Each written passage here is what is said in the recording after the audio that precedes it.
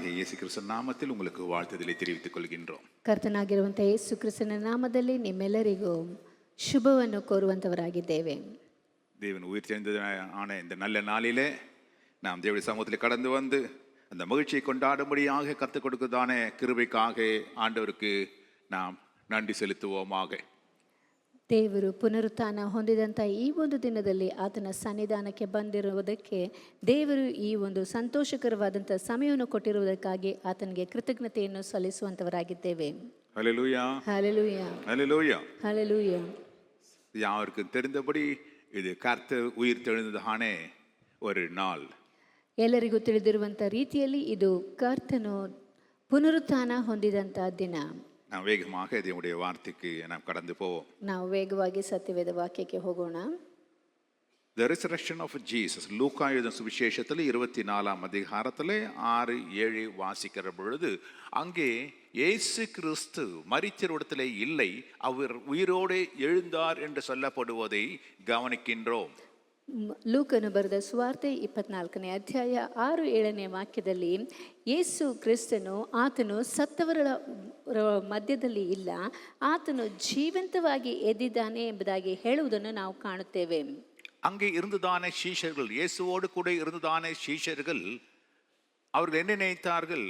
இயேசு கிறிஸ்துவை சிலுவிலே அறைந்து அவரை அடக்கம் பண்ணிவிட்டார்கள், ஆகவே அவர் மரித்தவரோடு கூட மரித்தவராக அவர் காணப்படுவார் என்று சொல்லி அந்த சவத்துக்கு அவர்கள் சில விசேஷ காரியங்களை செய்ய வேண்டும் என்று சொல்லி அதுக்கு வேண்டிய சென்ட் அது இது எல்லாம் எடுத்துக்கொண்டு அங்கே போவதை கவனிக்கின்றோம். ಯೇಸು ಕ್ರಿಸ್ತನು ಸತ್ತಿದ್ದಾನೆ, ಇನ್ನು ಆತನಿಗೆ ಆ ಸುಗಂಧ ದ್ರವ್ಯವನ್ನು ಹಚ್ಚಬೇಕೆಂಬುದಾಗಿ ಹೇಳಿ ಅದನ್ನು ತೆಗೆದುಕೊಂಡು ಹೋಗುವುದನ್ನು ನಾವು ಕಾಣುತ್ತೇವೆ. ஹல்லேலூயா, ஹல்லேலூயா. இங்கே அவர் இல்லை, அவர் உயிர் எழுந்தார்.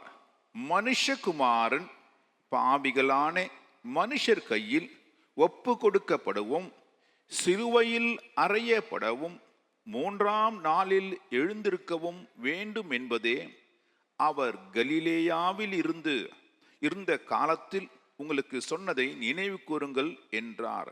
தேவன் அவருடைய மரண உபாதைகளின் கட்டுகளை அவிழ்த்து அவரை எழுப்பினார்.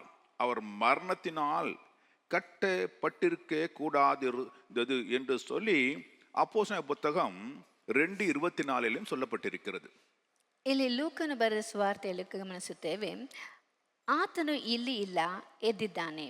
ಆತನು ಇನ್ನೂ ಗಲಿಲಾಯದಲ್ಲಿದ್ದಾಗ ಮನುಷ್ಯಕುಮಾರನು ಪಾಪಿಗಳಾದ ಮನುಷ್ಯರ ಕೈಗೆ ಒಪ್ಪಿಸಲ್ಪಟ್ಟು ಶಿಲುಬೆಗೆ ಹಾಕಲ್ಪಟ್ಟು 3ನೆಯ ದಿನದಲ್ಲಿ ಎದ್ದು ಬರುವುದು ಅಗತ್ಯವೆಂದು ನಿಮಗೆ ಹೇಳಿದ್ದನ್ನು ನೆನಪಿಗೆ ತಂದುಕೊಳ್ಳಿರಿ ಎಂದು ಹೇಳಿದನು. ಮಾತ್ರವಲ್ಲದೆ ಅಪೊಸ್ತಲರ ಕೃತ್ಯಗಳು 2ನೇ ಅಧ್ಯಾಯ 24ನೇ ವಾಕ್ಯದಲ್ಲಿ ಹೇಳಲ್ಪಟ್ಟಿದೆ, ಆತನನ್ನು ದೇವರು ಮರಣ ವೇದನೆಗಳಿಂದ ಬಿಡಿಸಿ ಎಬ್ಬಿಸಿದನು, ಯಾಕಂದರೆ ಮರಣವು ಆತನನ್ನು ಹಿಡಿದುಕೊಂಡಿರುವುದು ಅಸಾಧ್ಯವಾಗಿತ್ತು. ஹல்லேலூயா, ஹல்லேலூயா. மரித்தவர் மத்தியிலே ஆண்டவரை தேட வேண்டாம், அங்கே மரணம் அவரை கட்டுப்படுத்த முடியவில்லை. ಸತ್ತವರ ಮಧ್ಯದಲ್ಲಿ ಆತನನ್ನು ಹುಡುಕಬೇಡಿರಿ, ಯಾಕೆಂದರೆ ಮರಣವು ಆತನನ್ನು ಹಿಡಿದಿಟ್ಟುಕೊಳ್ಳಲು ಸಾಧ್ಯವಾಗಲಿಲ್ಲ. உயிர் எழுந்திருப்பது என்றால் என்ன? ಅಲ್ಲಿ ಪುನರುತ್ಥಾನ ಹೊಂದುವುದು ಅಂದರೆ ಏನು? இயேசு கிறிஸ்து உயிரோடு எழுந்தபோது அங்கே என்ன நடந்தது? ಯೇಸು ಕ್ರಿಸ್ತನು ಜೀವಂತವಾಗಿ ಎದ್ದಾಗ ಅಲ್ಲಿ ನಡೆದದ್ದು ಏನು? ஏதோ வெள்ளிக்கிழமையில அவர் மூச்சு அடைச்சு அப்படியே விழுந்துட்டாரு, அதனால நல்லது 2 நாள் பொறுத்து அவர் மூச்சு திரும்பி வந்துடுச்சு, அவர் எழுந்துட்டாரு அப்படின்னா? ಏನೋ ಶುಕ್ರವಾರದಂದು ಅವರಿಗೆ ಮೂರ್ಛೆ ಹೋಗಿ ಭಾನುವಾರ 2 ದಿನ ಆದಮೇಲೆ ಸ್ವಲ್ಪ ಸುಧಾರಿಸ್ಕೊಂಡು ಅವರು ಎದ್ದರು ಎಂಬುದಾಗಿ ಹೇಳುವಂಥದ್ದ? அல்லது சில வேதங்களிலே சொல்லப்படுகிறது இன்கார்னேஷன், அவதாரம் எடுத்து வந்தாரு. அவர் அவதாரம் எடுத்து வந்தாரா?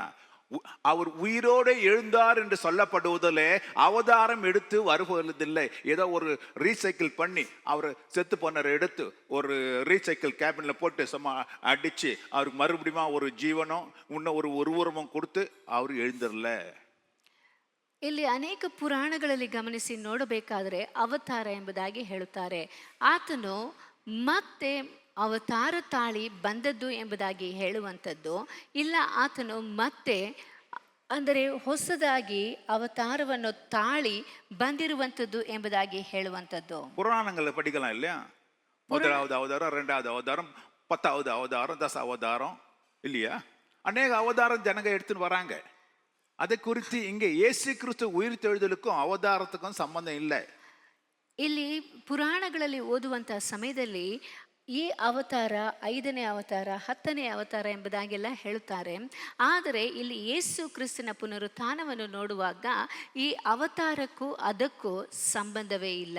ஹல்லேலூயா. ஹல்லேலூயா. தேவனுடைய பிள்ளைகளை தெளிவாய் புரிந்து கொள்ளுங்கள். உயிர் தெழுதல் என்பது வேற இல்லை. அவர் ஒரு ஆவியா எழுந்துட்டாரு. ஸோ அவர் ஒரு ஃப்ரெண்ட்லி கோஸ்ட், அதாவது ஃப்ரெண்ட்லி பேய். சில பேர் பேயோட உறவாடி இருப்பாங்க. ஏன்னா அது ஃப்ரெண்ட்லி பேய்ங்க. இது கொஞ்சம் மோசமான பேய், இது ஒரு நல்ல பேய். நம்மளுக்கு என்ன பண்றோங்க, நல்லது செய்து நல்ல செய்யற பேயெல்லாம் நமக்கு நல்ல பேய், மீதி எல்லாம் ಕೆಟ್ಟ பேய் ಇಲ್ಲ. ಇನ್ನು ಕೆಲವರು ದೆವ್ವಗಳೊಂದಿಗೂ ಸಹ ಮಾತಾಡ್ತಾ ಇರ್ತಾರೆ. ಅದರಲ್ಲಿ ಒಳ್ಳೆ ದೆವ್ವ, ಕೆಟ್ಟ ದೆವ್ವ. ಆ ರೀತಿಯಾಗಿ ಆತನ ಆತ್ಮವು ಹೊಸ ಅವತಾರವನ್ನು ತಾಳಿ ಬಂದದ್ದು ಎಂಬುದಾಗಿ ಹೇಳುವುದಕ್ಕೆ ಸಾಧ್ಯವಿಲ್ಲ. ஹல்லேலூயா. ஹல்லேலூயா. ஜீசஸ் உயிரோடு எழுந்தது ஏதோ ஒரு ஃப்ரெண்ட்லி கோஸ்டா எழுந்தாரே என்று ಅರ್ಥம் ಅಲ್ಲ. ಯೇಸು ಕ್ರಿಸ್ತನು ಪುನರುತ್ಥಾನ ಹೊಂದಿದಂಥದ್ದು ಯಾವುದೋ ಒಂದು ಸ್ನೇಹಿತನ ರೀತಿಯಲ್ಲಿ ನಮ್ಮೊಂದಿಗೆ ಇರುವಂತ ದೆವ್ವವಾಗಿ ಆತನು ಬರಲಿಲ್ಲ. சில சொல்லுவாங்க, அவங்க அம்மா அப்பா செத்துட்டாங்கப்பா, அவங்க அப்பா செத்துட்டாங்க, அவங்க இப்போ ஆவியா எங்களோட கூட ஃப்ரெண்ட்லி ஆவியா இருக்கிறாங்கன்னு சொல்றாங்க. இயேசு கிறிஸ்து உயிரோட எழுந்தது அவர் ஃப்ரெண்ட்லி ஆவியா நம்மோட கூட இருப்பதுக்கு இல்லை. ಇನ್ನು ಕೆಲವರು ಹೇಳುವಂಥದ್ದು ಅವರ ಮನೆಯಲ್ಲಿ ತಂದೆ ತಾಯಿ ಯಾರಾದರೂ ಸತ್ತಿದ್ದರೆ ಇನ್ನು ಅವರು ನಮ್ಮ ಜೊತೆಯಲ್ಲಿ ಅವರು ಇದ್ದಾರೆ, ನಮ್ಮ ಜೊತೆಯಲ್ಲಿ ಸ್ನೇಹಿತರಂತೆ ಇದ್ದಾರೆ ಎಂಬುದಾಗಿ ಹೇಳುವುದುಂಟು. ಆದರೆ ಯೇಸು ಕ್ರಿಸ್ತನು ಆ ರೀತಿಯಾಗಿ ನಮ್ಮೊಂದಿಗೆ ಸ್ನೇಹಿತ ದೆವ್ವವಾಗಿರುವುದಕ್ಕೆ ಆತನು ಬರಲಿಲ್ಲ. அப்படியானால் இயேசு உயிரோடு எழுந்த பொழுது அவருக்கு என்ன சரீரம் இருந்தது, அவர் எப்படி இருந்தார் என்று நீங்க கவனிக்க விரும்புவேயானால், ಯೇಸು ಕ್ರಿಸ್ತನು ಜೀವಂತವಾಗಿ ಎದ್ದಂಥ ಸಮಯದಲ್ಲಿ ಆತನು ಯಾವ ರೀತಿಯಾಗಿದ್ದನು ಎಂಬುದಾಗಿ ಗಮನಿಸಿ ನೋಡಬೇಕಾದರೆ, லூக்கான் சுவிசேஷத்தில் 24ஆம் அதிகாரத்திலே 36, 37 என்று சொல்லப்பட்டு இருக்கிறது. இவைகளை குறித்து இவங்களுக்கு சீஷர்களுக்கு என்ன ஆச்சு, இயேசுநாதர் போய் தேடி பார்த்தா பணத்தில் அவர் பணமா காணல, என்னமோ அவர் எழுந்து போயிட்டான்னு சொல்றாங்களே, அவர் எப்படி எழுந்து போனாரு, ஒரு ஆவியா எழுந்து போனாரா என்னன்னு புரியலையே அப்படின்னு அவங்க யோசித்து அவங்களுக்குள்ள நம்ம பேசி நிற்கிறோம் பாருங்க. உங்களுக்குள்ள நிறைய பேருக்கு சந்தேகம் வந்துட்டு இருக்கோம். அப்போ இயேசு எப்படி இருந்தாரு, இயேசு உயிரோடு எழுந்த பொழுது அவர் எப்படி இருந்தாரு என்றதான ஒரு எண்ணம் உங்களுக்குள்ளே கடந்து வந்திருக்கு. நிறைய பேருக்கு புரியாம ஒரு யோசித்து பக்கத்தில் பார்த்து கூட நீங்க கேட்டிருப்பீங்க. அங்க வேதம் சொல்லுகிறது, அவர்கள் அப்படியாக பேசிக்கொண்டு இருக்கையிலே இயேசு தாமே அவர் நடுவிலே நின்று உங்களுக்கு சமாதானம் என்று சொன்னார். ಇಲ್ಲಿ ಅನೇಕರಿಗೆ ಶಿಷ್ಯರಿಗೂ ಸಹ ಯೇಸು ಕ್ರಿಸ್ತನು ಜೀವಂತವಾಗಿ ಎದ್ದ ನಂತರ ಆತನು ಯಾವ ರೀತಿ ಇದ್ದಿರಬಹುದು, ದೇಹದಲ್ಲಿ ಇದ್ದಿರಬಹುದೋ ಏನೋ ಎಂಬುದಾಗಿ ಅವರಲ್ಲಿಯೇ ದೊಡ್ಡ ಸಂಶಯಗಳು ಉಂಟಾಯಿತು. ಅವರು ಲೂಕನು ಬರೆದ ಸುವಾರ್ತೆ 24ನೇ ಅಧ್ಯಾಯ 36ನೇ ವಾಕ್ಯದಲ್ಲಿ ನಾವು ಓದುತ್ತೇವೆ, ಈ ಸಂಗತಿಯನ್ನು ಕುರಿತ ಮಾತಾಡುತ್ತಿರುವಾಗ ಆತನೇ ಅವರ ನಡುವೆ ನಿಂತು ನಿಮಗೆ ಮನಃಶಾಂತಿಯಾಗಲಿ ಎಂದು ಅವರಿಗೆ ಹೇಳಿದನು. ஹல்லேலூயா. ஹல்லேலூயா. அவங்க பயந்து போய் என்ன நினைக்கிறாங்க, ஏதோ ஒரு ஆவியை காண்பது போல வேதம் அதுதான் சொல்கிறது. அவர்கள் கலங்கி பயந்து ஒரு ஆவியை காண்கிறதாக நினைத்தார்கள். இயேசு, ஏன் கலங்குறீங்க, உங்கள் இருதயம் உங்கள் இருதயங்களே சந்தேகம் எழுகிறது என்ன என்றார். ಅವರು ಆತನನ್ನು ನೋಡಿದ ತಕ್ಷಣ ದಿಗಿಲುಗೊಂಡು ಭಯ ಹಿಡಿದವರಾಗಿ ತಾವು ಕಂಡದ್ದನ್ನು ಭೂತವೆಂದು ಭಾವಿಸಿದರು. ಆತನು ಅವರಿಗೆ, ಯಾಕೆ ಕಳವಳಗೊಳ್ಳುತ್ತೀರಿ? ನಿಮ್ಮ ಹೃದಯದಲ್ಲಿ ಅನುಮಾನಗಳು ಹುಟ್ಟುವುದೇಕೆ? நான் தான் ನಾನೇ ನಿಮ್ಮ என்பதை நீங்கள் ಮಧ್ಯದಲ್ಲಿ அறியும்படிக்கு என் கைகளையும் கால்களையும் பாருங்க, என்னை தொட்டு பாருங்கப்பா. பாருங்க, பிசிக்கலா நீங்க என்ன தொட்டு பாரு. இது ஆவி இல்ல. தொட்டினா கை ஆவியா இருந்தாலும் பஸ்க்கு இந்த பக்கம் வந்துடும். இங்க தொட்டுனா அங்க தடுக்கும். நான் சொல்றது புரியுதா? பிசிக்கல் பாடி என்னை தொட்டு பாருங்க. இதுல மாம்சமும் எலும்பும் இருக்குது. வேதம் சொல்லுகிறது பாருங்க.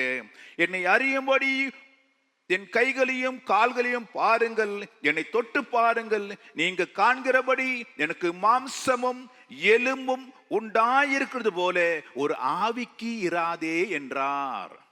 ಅಲ್ಲಿ ಆತನು ಅವರು ಕಳವಳಗೊಂಡು ದಿಗಿಲಿನಿಂದ ಭಯಪಟ್ಟಿರುವಂಥ ಸಮಯದಲ್ಲಿ ನೀವು ಯಾಕೆ ಭಯಪಡುತ್ತೀರಿ ಎಂಬುದಾಗಿ ಹೇಳಿ, ನಾನು ಮತ್ತೆ ಜೀವಂತವಾಗಿ ಬಂದಿದ್ದೇನೆ, ಆದರೆ ನನಗೂ ಸಹ ನಿಮ್ಮಂತೆ ಕೈಕಾಲುಗಳು ಉಂಟು ಎಂಬುದಾಗಿ ಹೇಳುವುದನ್ನು ನಾವು ಸತ್ಯವೇದದಲ್ಲಿ ಕಾಣುತ್ತೇವೆ.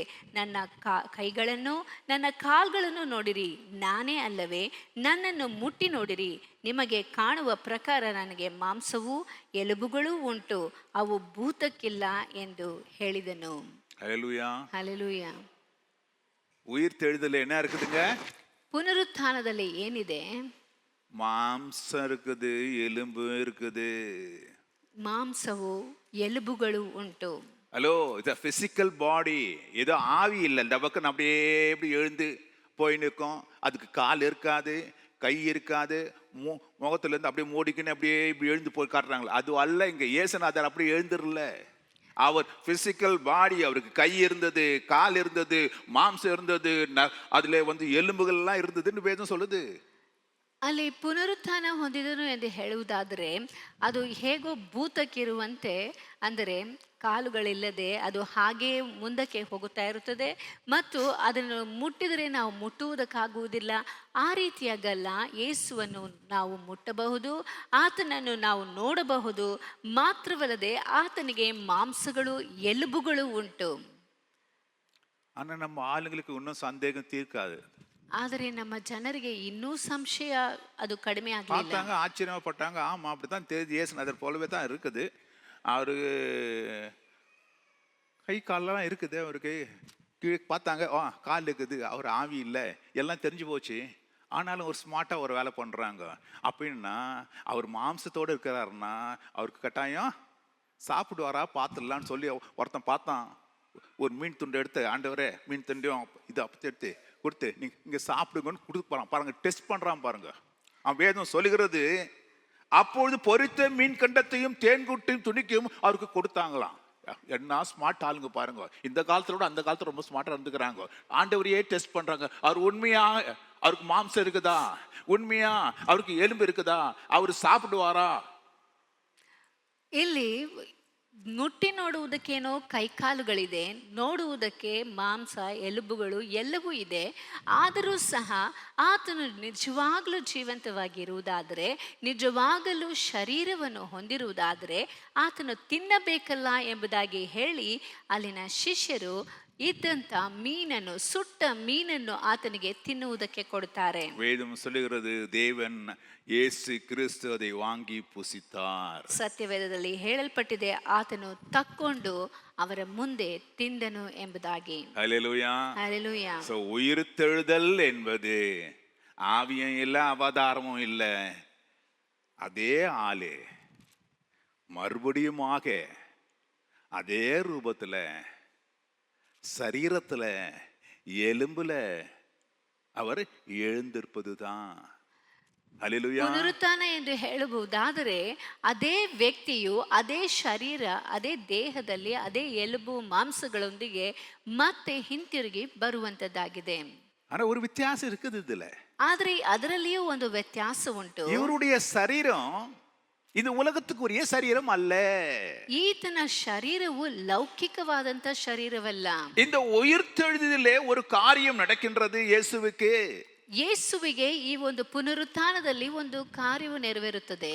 அவர் ஹியூமனாய், மனுஷனாய் இருந்தவர் இப்பொழுது மனுஷ தன்மையில் இருந்து தெய்வ தன்மைக்கு மாற்றப்படுகின்றார். ಆತನು ಮನುಷ್ಯನಾಗಿ ಜೀವಂತವಾಗಿರುವಂಥ ಸಮಯದಲ್ಲಿ ಈಗ ಪುನರುತ್ಥಾನ ಹೊಂದಿದ ನಂತರ ದೈವಿಕವಾಗಿ ಮಾರ್ಪಡುತ್ತಾನೆ. He is now dehumanized to this spiritual body or the heavenly body. ಆತನು ಈ ಲೋಕಕ್ಕೆ ತಕ್ಕಂಥ ಆ ಮನುಷ್ಯ ಸ್ವರೂಪವನ್ನು ತ್ಯಜಿಸಿ ಈಗ ದೈವಿಕವಾದಂಥ ಆತ್ಮಿಕವಾದಂಥ ಶರೀರಧಾರಿಯಾದನು. மனுஷ தன்மையை விட்டு தெய்வ தன்மைக்கு கடந்து போகின்றார். ಆತನು ಮನುಷ್ಯನ ಆ ಒಂದು ರೂಪವನ್ನು ಬಿಟ್ಟು ಆತನು ದೈವಿಕ ರೂಪಕ್ಕೆ ಹೋಗುತ್ತಾನೆ. அந்த உயிர்த்தெழுதலே ஒரு காரியம் நடக்கின்றது. ಆ ಒಂದು ಪುನರುತ್ಥಾನದಲ್ಲಿ ಒಂದು ಕಾರ್ಯವು ನಡೆಯುತ್ತದೆ. The mortality into immortality, the corruption into incorruption, perishable into imperishable. ಆತನು ಮರಣದಿಂದ ಅಮರತ್ವಕ್ಕೆ ಮತ್ತು ಕೆಟ್ಟು ಹೋಗಿರುವುದಕ್ಕಿಂತ ಆತನು ಒಳ್ಳೆಯ ಕಾರ್ಯಕ್ಕೆ ಬದಲಾಗುವುದನ್ನು ನಾವು ನೋಡುತ್ತೇವೆ. ஹல்லேலூயா. ಹಲ್ಲೆಲೂಯಾ. அழிந்து போகிறதான இது அழியாமையும் மரணத்துக்கு ஏதுவான இது ஜீவத்துவத்தையும் என்ன பண்ணுதா பெற்றுக்கொள்கின்றது. பாருங்க, இன்னுமே அதுக்கு இந்த சரீரத்துக்கு எந்த சரீரத்துக்கு மரணம் இல்லை, எந்த சரீரத்துக்கு அழியாம இல்லை, இதுக்கு இப்போ அழிந்து போறதான அந்த தன்மையும் இல்லை. மனுஷத்தனத்தில் இருந்து இம்மார்டாலிட்டி டு இம்மார்டாலிட்டி, மனுஷ தன்மையை விட்டு தெய்வீக தன்மையாக அங்கே மாறுவதை நாம் கவனிக்கின்றோம். ಇನ್ನು ಆ ಶರೀರಕ್ಕೆ ನಶ್ವರವೆನ್ನುವುದು ಇಲ್ಲವೇ ಇಲ್ಲ, ಅದು ಶಾಶ್ವತವಾಗಿ ಉಳಿಯುವಂಥದ್ದಾಗಿದೆ. ಆದ್ದರಿಂದ ಆ ಒಂದು ಶರೀರಕ್ಕೆ ಇನ್ನು ಮೇಲೆ ಮರಣವೆನ್ನುವುದು ಇಲ್ಲ.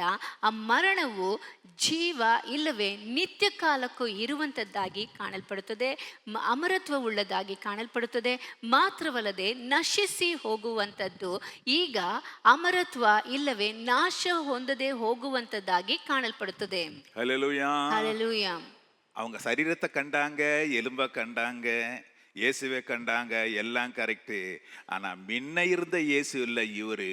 முன்ன இயேசு மனுஷனா இருந்தார், இப்பொழுது அவர் தெய்வமாக தேவாதி தேவனாக மாற்றப்பட்டிருக்கின்றார். ಈಗ ಅವರು ಯೇಸುವನ್ನು ನೋಡಿ ಆತನು ಮೊದಲು ಇದ್ದಂಥ ರೀತಿಯಲ್ಲಿ ಮನುಷ್ಯನ ರೀತಿಯಲ್ಲಿ ಕಂಡು ಬರುತ್ತಾ ಇಲ್ಲ, ಈಗ ಆತನು ದೈವ ಸ್ವರೂಪವಾಗಿ ಕಂಡು ಬರುತ್ತಾ ಇದ್ದಾನೆ ಎಂಬುದಾಗಿ ತಿಳಿದುಕೊಂಡರು. ஹல்லேலூயா. ಹಲ್ಲೆಲೂಯಾ. இதுவரை எல்லாருக்கும் புரிஞ்சிருக்கும்னு நினைக்கிறேன். ಇದುವರೆಗೂ ಎಲ್ಲರಿಗೂ ಇದು ಅರ್ಥ ಆಗಿರಬಹುದು. நான் இன்னொரு கேள்வி எனக்கு எல்லாருக்குள்ள இருக்கும். ಎಲ್ಲರಿಗೂ ಇರುವಂತ ಒಂದು ಪ್ರಶ್ನೆ ಇರಬಹುದು. ಇದು உயிர்த்தெழுதல் என்பது வெறும் பாடி மட்டும் இல்ல, ரெண்டு உயிர்த்தெழுதல் இருக்குது. அதை குறித்து நான் உங்களுக்கு தெளிவாய் சொல்றேன். ஆனா முதல்ல உங்களுக்கு சொல்றேன், உயிர்த்தெழுதல் என்பது ஏதோ ஒன்று அல்ல, இரண்டு உயிர்த்தெழுதல். ಪುನರುತ್ಥಾನ ಎನ್ನುವಂಥದ್ದು ಯಾವುದೋ ಒಂದು ಎಂಬುದಾಗಿ ತಿಳಿದುಕೊಳ್ಳಬೇಡಿ, ಅದು ಎರಡಾಗಿ ಕಂಡು ಬರುತ್ತದೆ. இயேசுவுடைய உயிர்த்தெழுதல்ல ஒரே ஒரு உயிர்த்தெழுதல் தான் நடந்தது. ಯೇಸುವಿನ ಪುನರುತ್ಥಾನದಲ್ಲಿ ಒಂದೇ ಪುನರುತ್ಥಾನವು ನಡೆದದ್ದು. மனுஷனுடைய உயிர்த்தெழுதல்ல ரெண்டு உயிர்த்தெழுதல் இருக்கிறது. ಮನುಷ್ಯನ ಪುನರುತ್ಥಾನದಲ್ಲಿ ಎರಡು ಪುನರುತ್ಥಾನವಿದೆ. ஒன்று ஆவி உயிர்ப்பிக்கப்பட வேண்டும், ஆவி உயிர்ப்பிக்கப்பட வேண்டும். இரண்டாவது பிசிக்கல் பாடி, இந்த பாடியும் உயிர்ப்பிக்கப்பட வேண்டும். அதுதான் டோட்டலாக உயிர்ப்பிக்கப்படுவது. ಮನುಷ್ಯರಿಗೆ ಪುನರುತ್ಥಾನ ಎಂದು ಹೇಳುವುದಾದರೆ ಅದು ಎರಡು ರೀತಿಯಾಗಿ ಕಂಡು ಬರುತ್ತದೆ. ಮೊಟ್ಟ ಮೊದಲನೆಯದಾಗಿ ಅದು ಆತ್ಮಿಕ ಪುನರುತ್ಥಾನ, ಎರಡನೆಯದಾಗಿ ಆ ಮನುಷ್ಯನ ಶರೀರವು ಪುನರುತ್ಥಾನ ಹೊಂದಬೇಕು. ஹல்லேலூயா. ஹல்லேலூயா. உயிர்த்தெழுதல் என்று சொன்னால் இதோ ஒன்றை மட்டும் கன்ஃபியூஸ் பண்ணிக்கணும் நான் நினைக்கிறோம். ஆமா உயிர்த்தெழுதல் வந்ததுன்னா நம்ம செத்த பிறகு நம்ம எல்லாம் உயிரோட எழுந்துப்போம் அப்படின்னு நீ நினைக்கிறீங்க. நல்லது தான், அது இல்லைன்னு சொல்லல. ஆனா ரெண்டு விதமான உயிர்த்தெழுதல் இருக்குது என்பதை நீ புரிந்து கொள்ள வேண்டும். ಒಂದು ವೇಳೆ ಪುನರುತ್ಥಾನ ಎಂದು ಹೇಳಬೇಕಾದ್ರೆ ನಾವು ಸತ್ತ ಮೇಲೆ ಕ್ರಿಸ್ತನ ಬರೋಣದಲ್ಲಿ ನಾವು ಪುನರುತ್ಥಾನ ಹೊಂದುತ್ತೇವೆ ಎಂಬುದಾಗಿ ನೀವು ತಿಳಿದುಕೊಂಡಿರಬಹುದು. ಆದರೆ ಪ್ರತಿಯೊಬ್ಬ ವ್ಯಕ್ತಿಗೂ ಎರಡು ಪುನರುತ್ಥಾನವಿದೆ ಎಂಬುದಾಗಿ ನೀವು ತಿಳಿದುಕೊಳ್ಳಬೇಕು. ஆவிக்குரிய உயிர்த்தெழுதல், ಆತ್ಮಿಕ ರೀತಿಯಾದಂಥ ಪುನರುತ್ಥಾನ, சரீரத்துக்கு உரிய உயிர்த்தெழுதல், ಶಾರೀರಿಕವಾದಂಥ ಪುನರುತ್ಥಾನ. இயேசுவுடைய உயிர்த்தெழுதல் ஒன்று தான் நடந்தது. ಯೇಸುವಿನ ಪುನರುತ್ಥಾನದಲ್ಲಿ ಒಂದು ಮಾತ್ರವೇ ನಡೆದದ್ದು. ஆவிக்குரிய உயிர்த்தெழுதல் இயேசுவுக்கு அங்கே ஏற்படவில்லை. ಆತ್ಮಿಕ ರೀತಿಯಾದಂತಹ ಪುನರುತ್ಥಾನವು ಯೇಸುವಿಗೆ ಅಲ್ಲಿ ನಡೆಯಲಿಲ್ಲ. ஏன் ಯಾಕೆ என்று நீங்க கேட்கிறீர்கள் என்றால், ನೀವು ಯಾಕೆ ಎಂಬುದಾಗಿ ನೀವು ಕೇಳುವುದಾದರೆ, அவரே ஜீவனாய் இருந்தார். ಆತನೇ ಜೀವವಾಗಿದ್ದನು. ஹல்லேலூயா. ಹಲ್ಲೆಲೂಯ.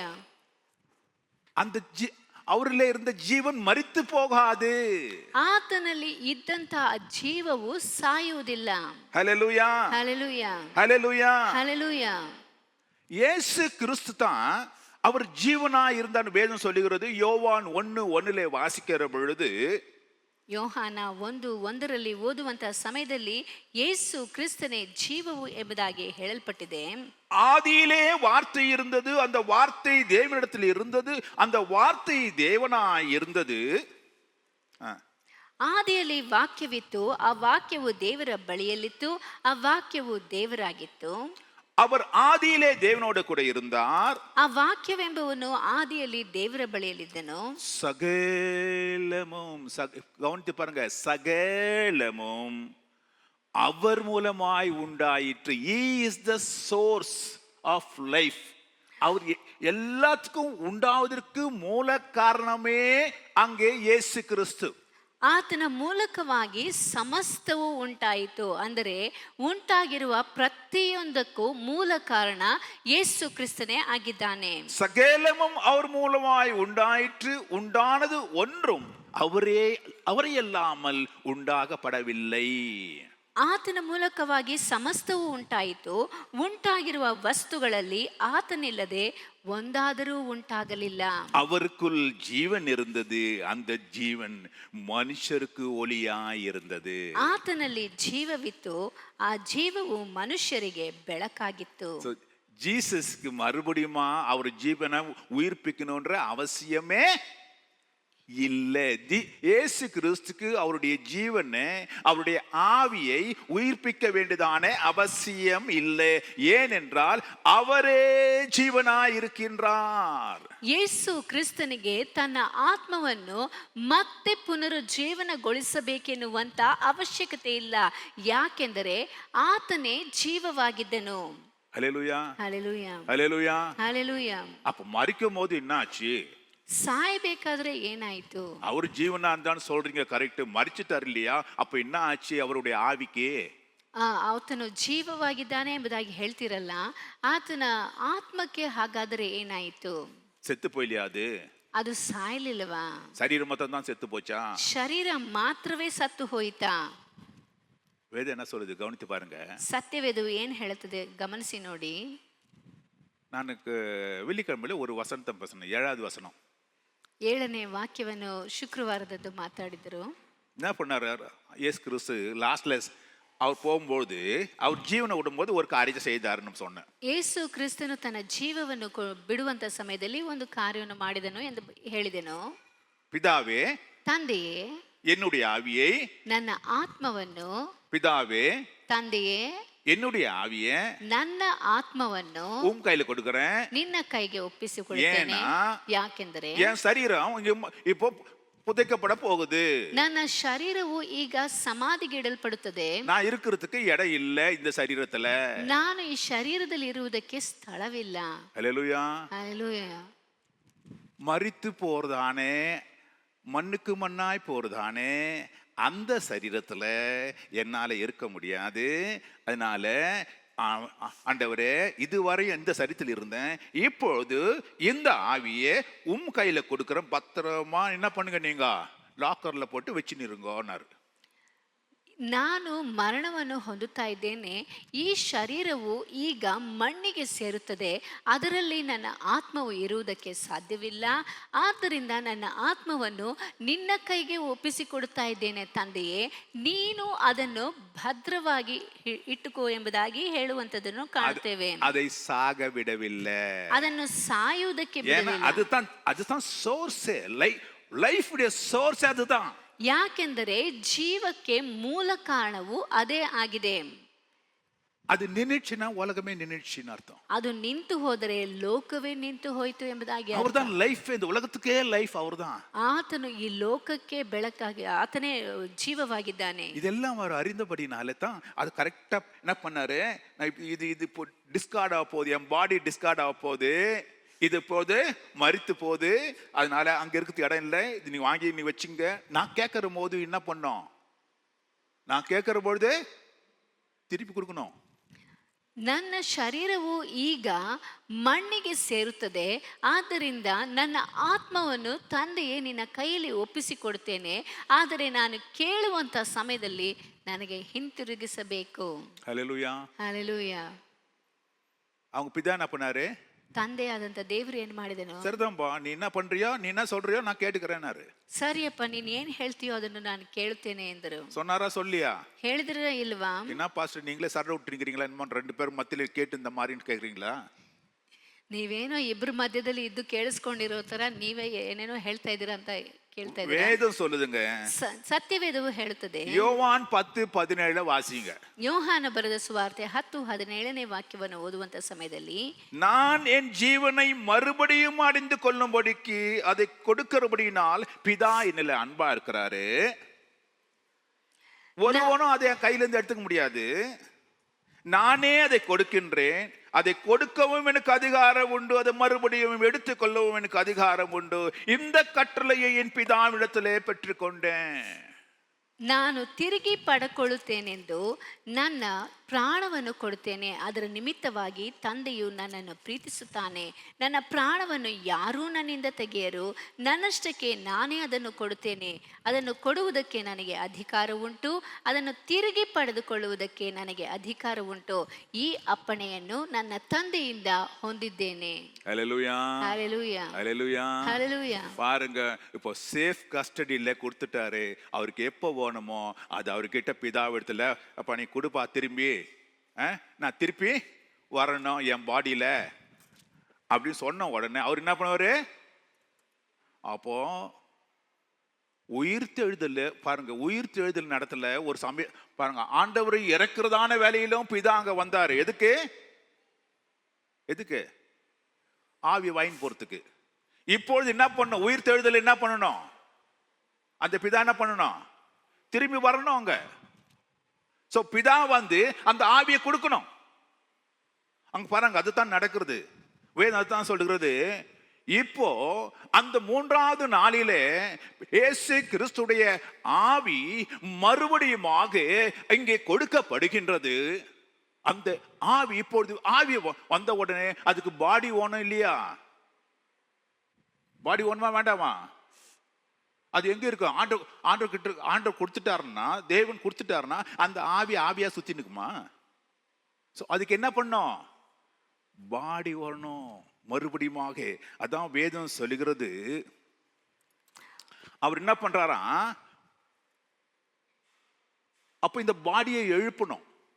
அந்த செத்து போனது ஆனே, அந்த மாம்சமானே அந்த சரீரத்துக்கு பதிலாக அங்கே மறுபடியுமாக ஒரு சரீரம் உண்டாக்கப்பட வேண்டும். அது ஆவிக்குரிய சரீரமா இருக்க வேண்டும், அது பரலோகத்துக்கு ஒரு சரீரமா இருக்க வேண்டும்.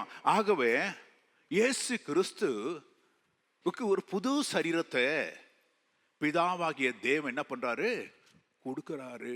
ஹல்லேலூயா. அங்கதான் அதுதான் உயிர்த்தெழுதல். அது சரீர விதமான ஒரு உயிர்த்தெழுதல். அப்ப அவருக்கு மாற்றப்படுது. தி இம்மார்டாலிட்டி அங்க என்ன பண்ணுது, அங்க மார்டாலிட்டி பிகம் இம்மார்டாலிட்டி. அங்கே சாவுக்கு ஏதுவாத இது சாவாமையே தரித்து கொள்ளுகின்றது, அழிவுக்கு ஏதுவாகிய இது அழியாமையை தரித்து கொள்கின்றது. அப்பொழுது அந்த அந்த சரீரம் ஒரு மறுரூபமாக்கப்பட்டு ஒரு புதிய சரீரமாய் மாற்றப்பட்டு இங்க தேவ ஆவியானவர் அந்த சரீரத்தோட அங்க இணையதான வேலையிலே அங்கே ஒரு மகா பெரிய ஒரு எழுப்புதல் உண்டாயிற்று. ಯೇಸು ಕ್ರಿಸ್ತನು ಶಿಲುಬೆಯಲ್ಲಿ ಮರಣ ಹೊಂದುವಂತ ಸಮಯದಲ್ಲಿ ತಂದೆಯಾದಂಥ ದೇವರು ಆತನ ಆತ್ಮವನ್ನು ಪಡೆದುಕೊಳ್ಳುವುದಕ್ಕಾಗಿ ಅಲ್ಲಿ ಬಂದನು. ಮಾತ್ರವಲ್ಲದೆ ಈಗ ಪುನರುತ್ಥಾನ ಹೊಂದುವಂಥ ಸಮಯದಲ್ಲಿ ಆತನು ಕೊಟ್ಟಂಥ ಆ ಆತ್ಮವನ್ನು ಹಿಂತಿರುಗಿ ಕೊಡುವುದಕ್ಕಾಗಿ ಬಂದನು. ಆದರೆ ಆತ್ಮವನ್ನು ಹಿಂತಿರುಗಿ ಕೊಟ್ಟರೆ ಆ ಆತ್ಮವು ಎಲ್ಲಿಗೆ ಹೋಗಿ ಸೇರುತ್ತದೆ? ಈಗಾಗಲೇ ಆತನ ಶರೀರವನ್ನು ಸಮಾಧಿ ಮಾಡಲ್ಪಟ್ಟಿದೆ. ಆದ್ದರಿಂದ ತಂದೆಯಾದಂಥ ದೇವರು ಒಂದು ಶರೀರವನ್ನು ಉಂಟು ಮಾಡಿ ಅದರಲ್ಲಿ ಆ ಆತ್ಮವನ್ನು ಇಡುತ್ತಾನೆ. ಮಾತ್ರವಲ್ಲದೆ ಆತನು ಶರೀರಧಾರಿಯಾಗಿ ಆತ್ಮದಲ್ಲಿ ತುಂಬಿದಂಥವನಾಗಿ ಶರೀರದಲ್ಲಿ ಪುನರುತ್ಥಾನ ಹೊಂದಿ ತನ್ನ ಆತ್ಮವನ್ನು ಪಡೆದುಕೊಂಡಂಥವನಾಗಿ ಬರುವಂತಹ ಸಮಯದಲ್ಲಿ ಆತನು ಅಂದರೆ ಆತ್ಮವು ಶರೀರವು ಒಟ್ಟಿಗೆ ಸೇರುವಂಥ ಸಮಯದಲ್ಲಿ ಅಲ್ಲಿ ದೊಡ್ಡ ಪರಿವರ್ತನೆಯು ಒಂದು ದೊಡ್ಡ ಬದಲಾವಣೆಯು ಮಾತ್ರವಲ್ಲದೆ ದೊಡ್ಡ ದೊಡ್ಡ ಕಾರ್ಯಗಳು ನೆರವೇರುವುದನ್ನು ನಾವು ಕಾಣುತ್ತೇವೆ. ஸோ முதலாவது இந்த ப்ராசஸ், இந்த சரீரம் எழுந்திருக்கிறது மனித தன்மையை விட்டு பரலோகத்தின் தன்மையை தெய்வ தன்மையோட பரலோகத்துக்கு ஏற்றதான ஒரு சரீரமாய் எழுப்பப்பட்டது. அது முதலாவது இயேசு கிறிஸ்து. அது தந்தையாகிய தேவன் அங்கே இயேசு கிறிஸ்து எழுப்பினார் என்று வேதம் சொல்லுகின்றது. ಇಲ್ಲಿ ಆ ಒಂದು ಮನುಷ್ಯ ಶರೀರವನ್ನು ಬಿಟ್ಟು ಅದರಲ್ಲಿ ಪುನರುತ್ಥಾನ ಹೊಂದಿದಂಥ ದೇಹ ಎಂದು ಹೇಳುವುದಾದರೆ ಅದು ಮೊಟ್ಟ ಮೊದಲನೇದಾಗಿ ಯೇಸುವಿನ ಶರೀರವಾಗಿ ಕಾಣಲ್ಪಡುತ್ತದೆ. ಅದು ತಂದೆಯಾದಂಥ ದೇವರು ಆ ಶರೀರವನ್ನು ಆತನಿಗೆ ಕೊಟ್ಟನು ಎಂಬುದಾಗಿ ಸತ್ಯವೇದವು ಹೇಳುತ್ತದೆ. அது ரோமர் 8:11 முதல் பாகத்தை மாத்திரம் உங்களுக்கு வாசிக்கணும். ஏன்னா அந்த பாகம் பின்னால யூஸ் ஆகுது. 8:14 சொல்வது, அன்றியும் இயேசுவை மரித்தோரிலிருந்து எழுப்பினவருடைய ஆவி உங்களில் வாசமாயிருந்தால். அங்கே மரித்தோரில் பாருங்க, இயேசுவை உயிரோடு எழுப்பினாரு. அது யாரு? தேவனாகிய கர்த்தர் இயேசுவை மரித்தோரிலிருந்து எழுப்பினாரு. ஒரு புதிய சரீரம் அவருக்கு உண்டாயிற்று. அது இந்த உலகத்துக்குரிய சரீரம் அல்ல, அது பரலோகத்துக்கு உரிய சரீரமாய் மாறிற்று. ಇಲ್ಲಿ ರೋಮಾಪುರದವರಿಗೆ ಬರೆದ ಪತ್ರಿಕೆ 8ನೇ ಅಧ್ಯಾಯ 11ನೇ ವಾಕ್ಯದ ಕೆಲವು ಭಾಗಗಳಲ್ಲಿ ಹೇಳಲ್ಪಟ್ಟಿದೆ, ಯೇಸುವನ್ನು ಸತ್ತವರೊಳಗಿಂದ ಜೀವಿತನಾಗಿ ಎಬ್ಬಿಸಿದ ಆತನ ಆತ್ಮವು ನಿಮ್ಮಲ್ಲಿ ವಾಸವಾಗಿದ್ದರೆ ಕ್ರಿಸ್ತ ಯೇಸುವಿನ ಸತ್ತವರೊಳಗಿಂದ ಎಬ್ಬಿಸಿದಾತನು ಅಂದರೆ ಆತನು ಸತ್ತಂತವನಾಗಿದ್ದಂಥವನು ಎಬ್ಬಿಸಿದಾತನು ಮಾತ್ರವಲ್ಲದೆ ಆ ಒಂದು ಶರೀರವನ್ನು ಆತ್ಮದಿಂದ ತುಂಬಿಸಿ ಎಬ್ಬಿಸಿದಾತನಾಗಿ ಕಾಣಲ್ಪಡ್ತಾನೆ. ஹல்லேலூயா. ஹல்லேலூயா. இயேசு கிறிஸ்து எழுப்பினது பிதாவாகிய தேவன். ஆனா நம்ம எழுப்ப போவது வேதம் சொல்லுகிறது அது இயேசு கிறிஸ்து என்று சொல்லி. ಯೇಸು ಕ್ರಿಸ್ತನನ್ನು ಎಬ್ಬಿಸಿದರು ತಂದೆಯಾದಂಥ ದೇವರು, ಆದರೆ ನಮ್ಮನ್ನು ಎಬ್ಬಿಸುವಾತನು ಯೇಸು ಕ್ರಿಸ್ತನು ಎಂಬುದಾಗಿ ಸತ್ಯವೇದವು ಹೇಳುತ್ತದೆ. 15 அதிகாரம் 20-23 வாசிக்கும்போது, கிறிஸ்துவோ மரித்தோரில் இருந்து நித்திரை அடைந்தவர்கள் முதற் பலன் ஆனார். அவர் தான் ஃபர்ஸ்ட் ரெசரக்ஷன். யாரு அப்படின்னா அது இயேசு கிறிஸ்து. மனுஷனால் மரணம் உண்டானபடியால் மனுஷனால் மரித்தோரின் உயிர்த்தெழுதலும் உண்டாயிற்று. ஆதாமுக்குள் எல்லோரும் மரிக்கிறது போல கிறிஸ்துவுக்குள் எல்லோரும் உயிர்ப்பிக்கப்படுவார்கள். ಇಲ್ಲಿ ದೇವರ ವಾಕ್ಯದಲ್ಲಿ ಹೇಳಲ್ಪಟ್ಟಿದೆ. 1 ಕೊರಿಂಥದವರಿಗೆ ಬರೆದ ಪತ್ರಿಕೆ 15ನೇ ಅಧ್ಯಾಯ 20-22ನೇ ವಾಕ್ಯದಲ್ಲಿ, ಕ್ರಿಸ್ತನು ಸತ್ತವರೊಳಗಿಂದ ಎದ್ದು ಬಂದೇ ಇದ್ದಾನೆ. ನಿದ್ರೆ ಮತ್ತು ಮನುಷ್ಯನ ಮೂಲಕ ಮರಣವು ಉಂಟಾದ ಕಾರಣ ಮನುಷ್ಯನ ಮೂಲಕ ಸತ್ತವರಿಗೆ ಪುನರುತ್ಥಾನ ಉಂಟಾಗುವುದು. ಯಾವ ಪ್ರಕಾರ ಆದಾಮನ ಸಂಬಂಧದಿಂದ ಎಲ್ಲರೂ ಸಾಯುವವರಾದರೋ ಅದೇ ಪ್ರಕಾರ ಕ್ರಿಸ್ತನ ಸಂಬಂಧದಿಂದ ಎಲ್ಲರೂ ಜೀವಿತರಾಗುವರು. அதுக்கப்புறம் தான் என்ன மீதி நம்மலாம் எழுந்துக்கணும்னா, அதுக்கப்புறம் நம்மளாம் செத்து போயிட்டு நம்மளும் எழுந்துக்கணும் இல்லைங்களா? அப்போ நம்மளுக்கும் வந்து அந்த சரீரம் கொடுக்கப்படுது. வேதம் சொல்லுது பாருங்க, அவனவன் தன் வரிசையிலே உயிர்ப்பிக்கப்படுவான். முதற்பொருளான கிறிஸ்து, பின்பு அவர் வருகையிலே அவருடைய உடையவர்களும் உயிர்ப்பிக்கப்படுவாங்க. அவங்களுடைய லிஸ்ட் போட்டுக்கிறாரு. ஃபர்ஸ்ட் இவன் எழுந்துப்பான், செகண்ட் எழுந்து, 3, 4, 5, 6, 7 அப்படின்னு அவனவன் தன் வரிசையிலே எழுந்திருப்பான். யார்? இதெல்லாம் செத்து போனவங்க. அதுக்கப்புறம் உயிரோடு இருக்கிறவங்களுக்கு என்ன பண்றது? இயேசு வரும்போது அவங்களது என்ன பண்ணுதா? மாற்றப்படுது. அது பின்னால் உங்களுக்கு சொல்றேன் நான். ಇಲ್ಲಿ ದೇವರು ಹೇಳಿರುವಂಥ ಪ್ರಕಾರವಾಗಿ ವಾಕ್ಯದಲ್ಲಿ ಹೇಳಲ್ಪಟ್ಟಿದೆ, ಪ್ರತಿಯೊಬ್ಬನು ತನ್ನ ತನ್ನ ತರಗತಿಯಲ್ಲಿರುವನು. ಕ್ರಿಸ್ತನು ಪ್ರಥಮ ಫಲ, ಅಂದರೆ ಮೊಟ್ಟ ಮೊದಲನೇದಾಗಿ ಜೀವಂತವಾಗಿ ಎದ್ದಾತನು ಯೇಸು ಕ್ರಿಸ್ತನು. ತರುವಾಯ ಕ್ರಿಸ್ತನ ಪ್ರತ್ಯಕ್ಷತೆಯಲ್ಲಿ ಆತನವರು ಎದ್ದು ಬರುವರು. ಹಾಗಾದರೆ ಪ್ರತಿಯೊಬ್ಬರು ಅವರವರಿಗೆ ಒಂದು ಹಂತು ಉಂಟು, ಒಂದು ಸಾಲು ಉಂಟು. ಆ ಸಾಲಿನ ಪ್ರಕಾರವಾಗಿ ಅವರು ಏಳುವರು. இயேசுக்கு முன்னால யாருன்னா எழுந்திருந்தாங்களா ಯೇಸು ಕ್ರಿಸ್ತನ ಮುಂಚೆ ಯಾರಾದರೂ ಎದ್ದಿದ್ದರಾ என்ற கேள்வியெல்லாம் கேட்கலாம். ಎನ್ನುವಂತ ಪ್ರಶ್ನೆ ಎಲ್ಲ ಕೇಳಬಹುದು. உயிர்த்தெழுதலின் மூலமாக எழுப்பப்பட்டவர்ல முதல்ல இயேசு கிறிஸ்து தான். அதுக்கு அப்புறம் தான் மீதி பேர் எல்லாம் எழுப்பப்பட்டாங்க. ಅಲ್ಲಿ ಪುನರುತ್ಥಾನ ಹೊಂದಿದಂಥವರಲ್ಲಿ ಮೊಟ್ಟ ಮೊದಲನೇದಾಗಿ ಎಬ್ಬಿಸಲ್ಪಟ್ಟವನು ಯೇಸು ಕ್ರಿಸ್ತನು. ನಂತರವಾಗಿಯೇ ಎಲ್ಲರೂ ಬರುವಂತದ್ದು. ஹல்லேலூயா, ಹಲ್ಲೆಲೂಯಾ, ஹல்லேலூயா. ಹಲ್ಲೆಲೂಯಾ. இயேசு கிறிஸ்து மரித்த உடனே ஒரு காரியம் நடந்ததுன்னு வேதத்துல வாசிக்கிறோம். ಯೇಸು ಕ್ರಿಸ್ತನು ಆತನು ಜೀವಂತವಾಗಿ அவர் ஜீவனை விட்ட பொழுது, ಯೇಸು ಕ್ರಿಸ್ತನು ಮರಣ ಹೊಂದಿದ ನಂತರ ಒಂದು ಕಾರ್ಯ ನಡೆಯಿತು ಎಂಬುದಾಗಿ ನಾವು ನೋಡುತ್ತೇವೆ. அவர் தன்னுடைய ஆவி பிதான் கையிலே கொடுத்த பொழுது, ಆತನು ತನ್ನ ಆತ್ಮವನ್ನು ತಂದೆಯ ಕೈಯಲ್ಲಿ ಒಪ್ಪಿಸಿಕೊಟ್ಟಾಗ, இப்பொழுது சரீரம் மரித்து விட்டது, ஆவி தேவன் கையில கொடுத்த உடனே வேதம் சொல்லுகின்றது. மத்தேயு சுவிசேஷம் 27:51 53 வாசிக்கிற பொழுது, ಇಲ್ಲಿ ದೇವರ ವಾಕ್ಯದಲ್ಲಿ ಹೇಳಲ್ಪಟ್ಟಿದೆ, ಆತನು ಸತ್ತು ಅಂದರೆ ಮರಣ ಹೊಂದಿದ ನಂತರ ಏನು ನಡೆಯಿತು ಎಂಬುದಾಗಿ ಇಲ್ಲಿ ಹೇಳಲ್ಪಟ್ಟಿದೆ. நான் உங்களுக்கு நிறைய வசனம் கொடுத்து நிற்கிறேன், தயவு செய்து நோட் பண்ணி வச்சுங்க. இதெல்லாம் சும்மா சாதாரணமா வாய்க்கு வந்து பேசிட்டு போற பிரசங்கங்கள் அல்ல. ನೀವು ಹೇಳುತ್ತಿರುವಂಥ ವಾಕ್ಯಗಳನ್ನು ಅದನ್ನು ಬರೆದಿಟ್ಟುಕೊಳ್ಳಿ, ಆಮೇಲೆ ಓದಿ ನೋಡಬಹುದು. ಯಾಕೆಂದರೆ ಇದು ಸಾಧಾರಣವಾಗಿ ಬರುವಂಥ ವಾಕ್ಯಗಳಲ್ಲ. ಮತ್ತಾಯನು ಬರೆದ ಸುವಾರ್ತೆ 27ನೇ ಅಧ್ಯಾಯ 51ರಿಂದ 53ನೇ ವಾಕ್ಯದವರೆಗೂ. இயேசு மறுபடியும் மகா சத்தமாய் கூப்பிட்டு ஆவியை விட்டார். அப்பொழுது தேவாலயத்தின் திரைச்சீலை மேலிருந்து கீழ் வரை இரண்டாக பிளந்தது, பூமி அதிர்ந்தது, கன்மலைகள் பிளந்தது, கல்லறைகளும் திறந்தது. நித்திரை அடைந்திருந்த அநேக பரிசுத்தவான்களுடைய சரீரங்கள் எழுந்திருந்தது. ಯೇಸು ತಿರುಗಿ ಮಹಾಧ್ವನಿಯಿಂದ ಕೂಗಿ ಪ್ರಾಣ ಬಿಟ್ಟನು. ಆಗ ಇಗೋ, ದೇವಾಲಯದ ತೆರೆಯು ಮೇಲಿಂದ ಕೆಳಗಿನವರೆಗೂ ಹರಿದು 2 ಭಾಗವಾಯಿತು. ಭೂಮಿಯು ಅದರಿತು, ಬಂಡೆಗಳು ಸೀಳಿದವು, ಸಮಾಧಿಗಳು ತೆರೆದವು, ನಿದ್ದೆ ಹೋಗಿದ್ದ ಅನೇಕ ಭಕ್ತರ ದೇಹಗಳು ಎದ್ದವು. கல்லறையிலும் எழுந்துட்டாங்களாம். ಸಮಾಧಿಯೊಳಗೆ ಇದ್ದಂಥವರು ಎದ್ದರು. அப்படி மேல வந்துட்டாங்களா? ಹಾಗೆ ಮೇಲೆ ಬಂದುಬಿಟ್ರಾ? அந்த உயிர்த்தெழுதல் வேற. நான் சொன்னது போல 2 உயிர்த்தெழுதல்ல முதல் உயிர்த்தெழுதல் அவங்க நடந்துக்குது. என்ன ஆகுதுன்னா, அவர் கல்லறையில இருந்து எழுந்தாங்க. என்ன அது நான் சொல்றேன் உங்களுக்கு. ஒரு உயிர்த்தெழுதல் நடந்திருக்குது, 2 ಪುನರುತ್ಥಾನ. ஆனா அவங்க கல்லறையை விட்டு வெளியில வந்து நடமாடவில்லை. 2 ಪುನರುತ್ಥಾನ ಎಂಬುದಾಗಿ ಹೇಳಿದೆನು. ಆದರೆ ಇಲ್ಲಿ ನಡೆದದ್ದು ಮೊದಲನೇ ಪುನರುತ್ಥಾನ ಮಾತ್ರವೇ. ಅವರು ಸಮಾಧಿಯಿಂದ ಎಬ್ಬಿಸಲ್ಪಟ್ಟರು ಎಂಬುದಾಗಿ ಹೇಳಲ್ಪಟ್ಟಿದೆ, ಆದರೆ ಹೊರಗೆ ಬರಲಿಲ್ಲ. 53ஆம் வசனம் ரொம்ப தெளிவாய் சொல்கிறது.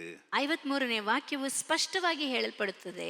இயேசு கிறிஸ்து உயிர்த்து எழுந்த பின்பு இவர்கள் கல்லறையை விட்டு புறப்பட்டு பரிசுத்த நகரத்திலே பிரவேசித்து அநேகருக்கு காணப்பட்டாங்க. ಆತನು ಎದ್ದ ಮೇಲೆ, ಅಂದರೆ ಯೇಸು ಕ್ರಿಸ್ತನು ಎದ್ದ ಮೇಲೆ ಸಮಾಧಿಗಳೊಳಗಿಂದ ಹೊರಗೆ ಬಂದು ಪರಿಶುದ್ಧ ಪಟ್ಟಣದೊಳಕ್ಕೆ ಹೋಗಿ ಅನೇಕರಿಗೆ ಕಾಣಿಸಿಕೊಂಡರು. ஹல்லேலூயா, ஹல்லேலூயா, ஹல்லேலூயா, ஹல்லேலூயா. புரியுதுங்களா உங்களுக்கு? பாருங்க, உயிரோடு எழுந்தாங்கன்னு சொல்றது, ஆனா அவங்க கல்லறை விட்டு வெளியில வரலையா? ஏன்னா அவங்களுக்கு சரீரம் கொடுக்கப்படவில்லை. அங்க இயேசு கிறிஸ்து தான் முதல் பலனானவர். அவர் தான் அந்த சரீரத்தில் முதலாவது எழுந்திருக்க வேண்டும். ஆவிக்குரிய சரீரத்தில் அவர் எழுந்திருக்க வேண்டும். அவர் எழுந்த பிறகுதான் மற்றவர்கள் தங்களுடைய சரீரங்களை, ஆவிக்குரிய சரீரங்களை பெற்றுக்கொண்டு எழுந்திருக்க முடியும். அதுதான் வேதம் சொல்லுகிறது. கல்லறை அலையில எழுந்தவங்க இயேசு உயிர்த்தெழுகிற வரையிலே காத்திருந்தாங்க. அதற்கு அப்புறம் தான் இவர் கல்லறையை விட்டு எழும்பி பரிசுத்த நகரத்திலே காணப்பட்டாங்க. அப்படியானால் அவங்களுக்கு ரெண்டாவது உயிர்த்தெழுதல் நடந்திருக்குது. அவங்க என்ன பண்ணுங்க, முதல் உயிர்த்தெழுதல்ல உயிரோட எழுந்தாங்க, ஆனா வெளியில வரல. ரெண்டாவதுல எழுந்ததில் தான் வெளியில வந்துக்கிறாங்க. ಯೇಸು ಕ್ರಿಸ್ತನು ಅಲ್ಲಿ ಪುನರುತ್ಥಾನ ಹೊಂದುವಂಥ ಸಮಯದಲ್ಲಿ ಇಲ್ಲಿ ಹೇಳಲ್ಪಟ್ಟಿದೆ, ಸಮಾಧಿಗೊಳಗೆ ಒಳಗೆ ಇದ್ದಂಥ ಜನರು ಸಹ ಜೀವಂತವಾಗಿ ಎದ್ದರು ಎಂಬುದಾಗಿ. ಆದರೆ ಅವರು ಜೀವಂತವಾಗಿ ಇದ್ದರೆ ಹೊರತು ಆ ಸಮಾಧಿಯಿಂದ ಹೊರಗೆ ಬಂದಿರಲಿಲ್ಲ. ಈಗ ನಾವು ನೋಡುತ್ತೇವೆ ಸತ್ಯವೇದದಲ್ಲಿ ಹೇಳುವಂಥ ಪ್ರಕಾರವಾಗಿ ಯೇಸು ಕ್ರಿಸ್ತನು ಎದ್ದ ಮೇಲೆ, ಅಂದರೆ ಆತನು ಆ ಸಮಾಧಿಯಿಂದ ಹೊರಗೆ ಬಂದ ಮೇಲೆ ಅಲ್ಲಿದ್ದಂಥ ಸಮಾಧಿಯೊಳಗೆ ಜೀವಂತವಾಗಿ ಎದ್ದಂಥ ಜನರು ಅವರು ಹೊರಗೆ ಬಂದು ಪರಿಶುದ್ಧ ಪಟ್ಟಣದೊಳಗೆ ಹೋಗಿ ಎಲ್ಲರಿಗೂ ಕಾಣಿಸಿಕೊಂಡರು ಎಂಬುದಾಗಿ ಹೇಳಲ್ಪಟ್ಟಿದೆ. ಯಾಕೆಂದರೆ ಕ್ರಿಸ್ತನೇ ಪ್ರಥಮ ಫಲ ಎಂಬುದಾಗಿ ಸತ್ಯವೇದದಲ್ಲಿ ಈಗಾಗಲೇ ನಾವು ಓದಿದೆವು. ஹல்லேலூயா. ஹல்லேலூயா. இப்போதான் விசேஷ காரியத்துக்கு நான் வரப்போம். இப்போதான் பிரசங்கம் நான் தொடங்க போறேன்.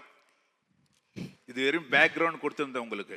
ಇಷ್ಟರವರೆಗೂ ನಾನು ಅದರ ಪೀಠಿಕೆಯನ್ನು ಹಾಕುತ್ತಾ ಇದ್ದೆ, ಆದರೆ ಈಗ ಮಾತ್ರವೇ ಪ್ರಸಂಗವು ಪ್ರಾರಂಭವಾಗುವುದು. இயேசுநாதருக்கு முன்னால எவ்வளோ பேர் செத்து போய்க்கிறாங்க, எத்தனையோ பேர் செத்து போனாங்க. ஆனா அத்தனை பேரும் கல்லறையிலிருந்து எழுந்தாங்கன்னு சொல்லப்படவே இல்லை.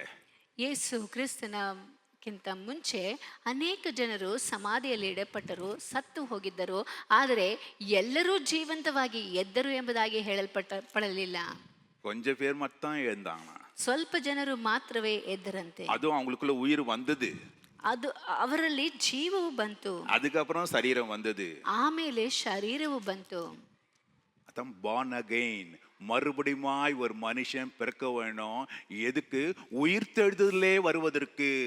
ಮತ್ತೆ ಒಬ್ಬ ಮನುಷ್ಯನು ಹುಟ್ಟಬೇಕು ಎಂಬುದಾಗಿ ಹೇಳುವುದಾದರೆ ಅದು ಯಾತಕ್ಕೆ? ಮತ್ತೆ ಅವರು ಜೀವಂತವಾಗಿ ಬರುವುದಕ್ಕೆ.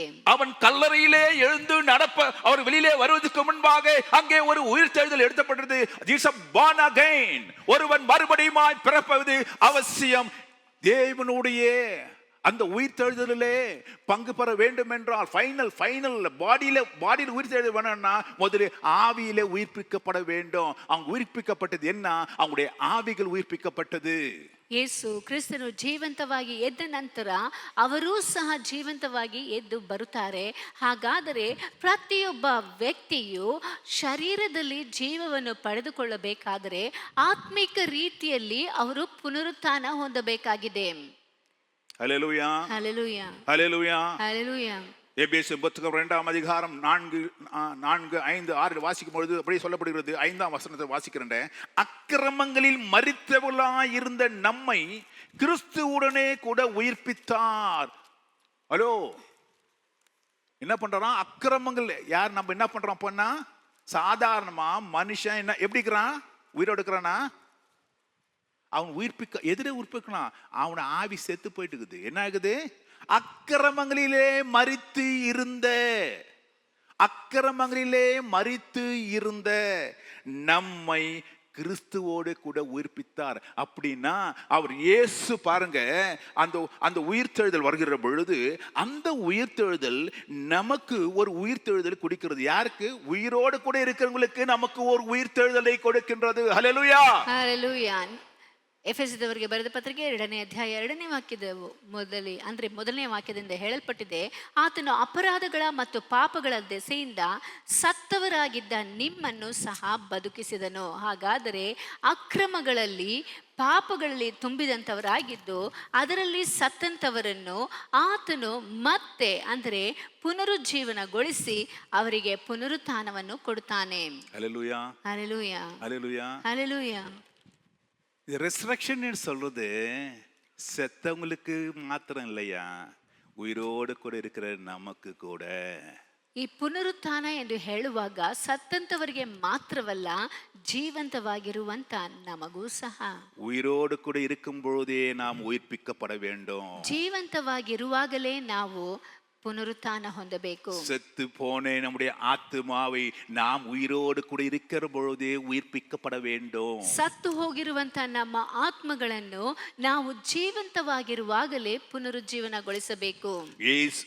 ரோமர் புத்தகம் 8ஆம் அதிகாரம் 11ஆம் வசனத்தை இப்பொழுது வாசிக்கின்றேன்.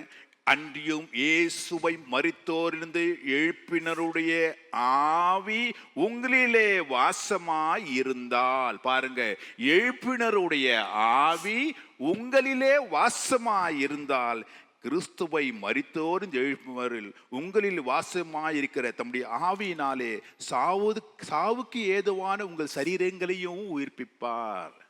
ದೇವರ ವಾಕ್ಯದಲ್ಲಿ ಹೇಳಲ್ಪಟ್ಟಿದೆ ರೋಮಾಪುರದವರ ಪತ್ರಿಕೆ 8ನೇ ಅಧ್ಯಾಯ 11ನೇ ವಾಕ್ಯದಲ್ಲಿ, ಯೇಸುವನ್ನು ಸತ್ತವರೊಳಗಿಂದ ಜೀವಿತನಾಗಿ ಎಬ್ಬಿಸಿದ ಆತನ ಆತ್ಮನು ನಿಮ್ಮಲ್ಲಿ ವಾಸವಾಗಿದ್ದರೆ.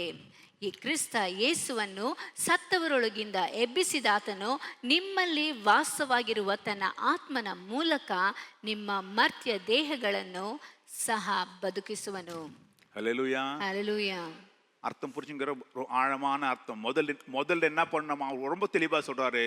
இயேசு கிறிஸ்துவுடைய ஆவி உங்களிலே வாசமா இருந்தால் மாத்திரமே, இது உயிரோடு எழுந்திருந்தா, உன்னுடைய ஆத்மா முதலாவது உயிரோடு எழுந்திருந்தா, ரெண்டாவது நீ சரீரமாக நீ ஆண்டவருடைய வருகிலே எழுந்திருக்க முடியும்.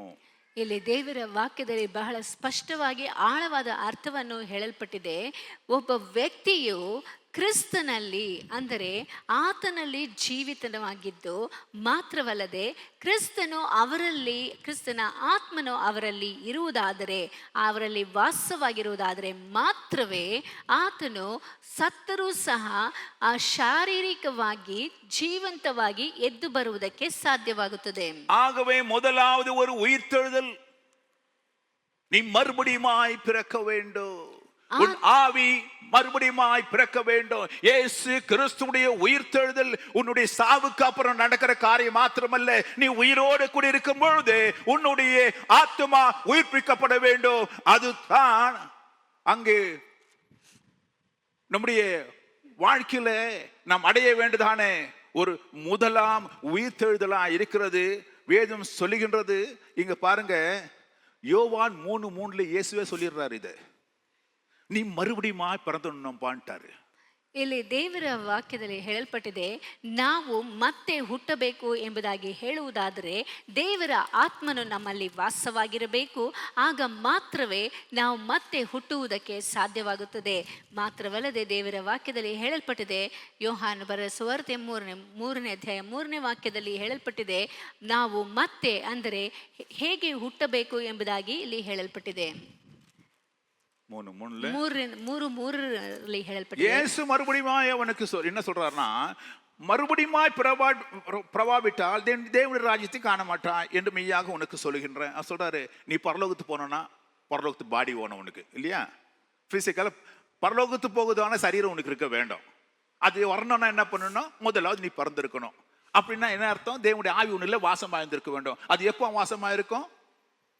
முதல் உயிர்த்தெழுதல் வந்திருந்தா தான். அப்போதான் ஆண்டவர் அந்த ஆவியை உன்னில போடுவார். செத்து போகுதான இந்த ஆவியை உன்னை உயிர்ப்பிச்சு வச்சிருப்பாரு. அப்போ நீ ரெண்டாவது சரீரத்துல நீ சாகிற பொழுது, இயேசு கிறிஸ்து நான் சொல்லி முதல்ல அவர் ஜீவனாவே இருந்தாரு, அதனால அவர் ஆவி சாவல. அதே போல அந்த தேவனுடைய ஆவி நமக்குள்ளே வந்துருச்சுன்னா, நம்ம உயிரோட கூட இருந்து போதே அந்த தேவனுடைய ஆவி நமக்குள்ளே வந்துருச்சுன்னா, நம்ம செத்தா கூட அது சாவாது. என்னாவும் அந்த ஜீவன் இருந்துனே இருக்கும். அப்போ ரெண்டாவது அந்த உயிர்த்தெழுதல் சரீரம் அப்படி உயிர்த்தெழும் பொழுது இது ரெண்டாம் ஒன்னா சேர்ந்து பரலோகத்துக்கு போகும். ஹல்லேலூயா. ಯೇಸು, ನಾನು ನಿಮಗೆ ನಿಜವಾಗಿ ಹೇಳುತ್ತೇನೆ, ಒಬ್ಬನು ಹೊಸದಾಗಿ ಹುಟ್ಟದಿದ್ದರೆ ಅವನು ದೇವರ ರಾಜ್ಯವನ್ನು ಕಾಣಲಾರನು.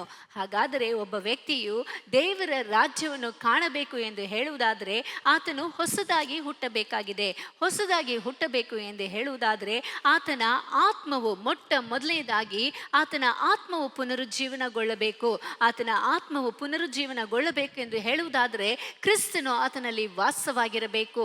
ಮಾತ್ರವಲ್ಲದೆ ಅವನು ಮತ್ತೆ ಆ ಶರೀರದಲ್ಲಿ ಮರಣವನ್ನು ಹೊಂದಿ ಜೀವಂತವಾಗಿ ಏಳುವಂತಹ ಸಮಯದಲ್ಲಿ ದೇವರು, ಯೇಸು ಕ್ರಿಸ್ತನು ಆ ಆತ್ಮವನ್ನು ಅವನಲ್ಲಿ ಇರಿಸಿ ಮತ್ತೆ ಅವನು ಜೀವಂತವಾಗಿ ಏಳುವಂತೆ ಮಾಡುತ್ತಾನೆ. ಮಾತ್ರವಲ್ಲದೆ ಆತನು ಪರಲೋಕಕ್ಕೆ ಸೇರುವಂತೆ ಮಾಡುತ್ತಾನೆ. ஹல்லேலூயா. ஹல்லேலூயா. உங்களை மாதிரி அங்க நிக்கதேமன்னு ஒரு மனுஷன் தான். அவர் ஆண்டு எப்படியா மறுபடியுமா பிறக்க முடியும்? எப்படி நான் தான் இருக்கிறேன், உயிரோடு தானே இருக்கிறேன், நான் நல்ல தானையா இருக்கிறேன்.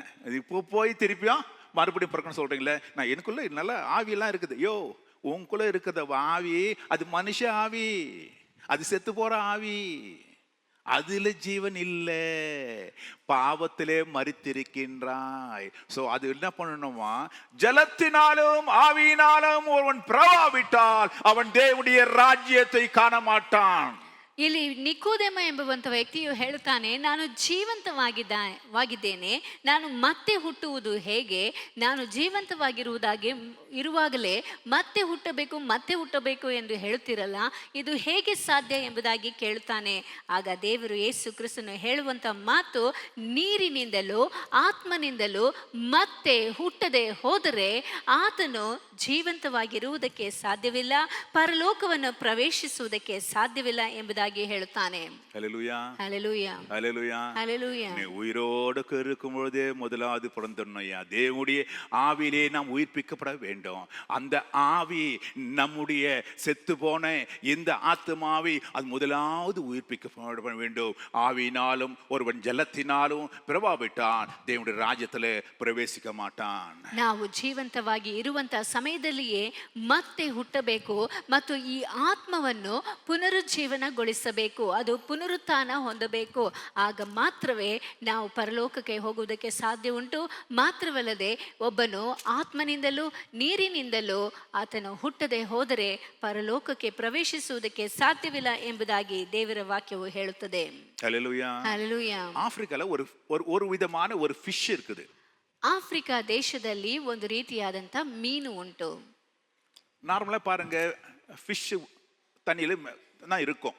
ನಾವು ಸಾಧಾರಣವಾಗಿ ಗಮನಿಸಿ ನೋಡುವುದಾದರೆ ಮೀನು ನೀರಿನಲ್ಲಿ ಇರುತ್ತದೆ. அந்த ஃபிஷ்ஷை எடுத்துட்டு ಆ ಮೀನನ್ನು ತೆಗೆದು ஒரு மண்ணில் நம்ம பொச்சு வச்சிட்டோம்னா, ಮಣ್ಣಿನಲ್ಲಿ ಹಾಕಿ ಹುಗಿದಿಡುವುದಾದರೆ, ஒரு நாள் விட்டு நீங்க போய் அது தோண்டி பார்த்தீங்கன்னா அந்த ஃபிஷ் என்ன ஆயிருக்கும்? ಒಂದು ದಿನ ಬಿಟ್ಟು ಮತ್ತೆ ಆ ಒಂದು ಜಾಗವನ್ನು ಅಗೆದು ನೋಡುವುದಾದರೆ ಮೀನೇನಾಗಿರುತ್ತದೆ? செத்து போயிட்டு இருக்கும். ಸತ್ತು ಹೋಗಿರುತ್ತದೆ. ஒரு 3 நாள் பொறுத்து தோண்டி பார்த்தீங்கன்னா 3 ದಿನ ಆದ್ಮೇಲೆ ನೀವು ಅಗೆದು ನೋಡಿದ್ರೆ அழிவி நாத்த வந்து நிற்கும். ಅದು ಹಾಗೆ ದುರ್ವಾಸನೆ ಹೊಡೆಯುತ್ತದೆ. இன்னும் கொஞ்ச நாள் பொறுத்து போய் பார்த்தீங்க, ஒரு 6 மாசம் பொறுத்து தோண்டி பார்த்தீங்கன்னா ಇನ್ನು ಒಂದು 6 ತಿಂಗಳಾದ್ಮೇಲೆ ಹೋಗಿ ನೀವು ಹುಗಿದು ಅದನ್ನು ಅಗೆದು ನೋಡುವುದಾದ್ರೆ மண்ணுக்கு மண்ணா போயிட்டு இருக்கும். ಅದು ಮಣ್ಣಿಗೆ ಮಣ್ಣಾಗಿ ಹೋಗಿರುತ್ತದೆ. கரெக்ட் தானே? ಸರಿ ಅಲ್ವಾ? இந்த ஆப்பிரிக்கால இருக்கிற ஒரு ஃபிஷ்க்கு வேற ஒரு தன்மை இருக்குது. ಆದರೆ ಈ ಆಫ್ರಿಕಾ ದೇಶದಲ್ಲಿರುವಂತ ಒಂದು ಮೀನಿಗೆ ಬೇರೆ ರೀತಿಯಾದಂತ ಗುಣಾತಿಶಯಗಳುಂಟು. அது very very very very rare fish. ಅದು ಬಹಳ ವಿರಳವಾದಂತ ಮೀನು. அந்த ஆறோ குளமோ வத்திடுச்சுன்னா, ಅಲ್ಲಿರುವಂತ ಕೊಳವೋ ಇಲ್ಲ ಹೊಳೆಯೋ ಬತ್ತಿ ಹೋದರೆ அப்போ என்ன ஆகும்? வெயில் நாள் ஃபுல்லாக வத்தி எல்லாம் ட்ரை ஆகிடும். அது ஃபுல்லு லேக்கோ எல்லாம் ட்ரை ஆகிட்டுனா இந்த மீன் மாட்டோம், இந்த வகையான மீன் மாத்திரம் அங்கே மண்ணுக்குள்ளே போய் சொருவிக்கும், கீழே போயினே இருக்கும், உள்ளே போயிடும். ಈ ಅಲ್ಲಿರುವಂತ ಕೊಳದಲ್ಲಿ ನೀರು ಇಲ್ಲದೆ ಬತ್ತಿ ಹೋಗುವುದಾದರೆ ಈ ಒಂದು ಮೀನು ಮಾತ್ರ ಆ ನೀರಿನ ಅಂದರೆ ಕೆಳಗೆ ಆಳದಲ್ಲಿ ಹೋಗಿ ಸೇರಿಕೊಳ್ಳುತ್ತದೆ. கீழே ஆழத்தில் கொஞ்சம் ஆழத்தில் போயிட்டு நல்லா என்ன பண்ணும், அதுக்கு மேலே ஒரு போர்வையை போத்திக்கும். அதுவே ஒரு செக்ரேஷன் பண்ணி போர்வையை போத்துக்குன்னு உள்ளே போய் அப்படியே அடங்கி உட்காந்துரும். ಅದು ಆಳದಲ್ಲಿ ಹೋಗಿ ಅದರ ಮೇಲೆ ಒಂದು ಪದರದ ರೀತಿಯಲ್ಲಿ ಮಾಡಿಕೊಂಡು ಅದರಲ್ಲಿ ತಾನು ಇದ್ದುಕೊಳ್ಳುತ್ತದೆ. அதுக்கு சாப்பாடு தேவை இல்லை, ಅದಕ್ಕೆ ಆಹಾರದ ಅವಶ್ಯಕತೆ ಇಲ್ಲ, மூச்சு விடத்துக்கு தேவை அதுக்கு இல்லை, ಅದಕ್ಕೆ ಉಸಿರಾಡುವುದಕ್ಕೆ ಅವಶ್ಯಕತೆ ಇಲ್ಲ, அது அதுக்குள்ளேயே அடங்கிடும், ಅದು ಅದರಲ್ಲಿಯೇ ಅಡಗಿರುತ್ತದೆ, அப்படியே உள்ள உட்காந்துக்கும், ಹಾಗೆ ಒಳಗೆ ಕುಳಿತಿರುತ್ತದೆ. எவ்வளவு நாள்? ಎಷ್ಟು ದಿನ? 3 நாள் 4 நாள் 5 நாள் இல்ல, 1 வருஷம் ஆனா கூட அப்படியே இருக்கும்.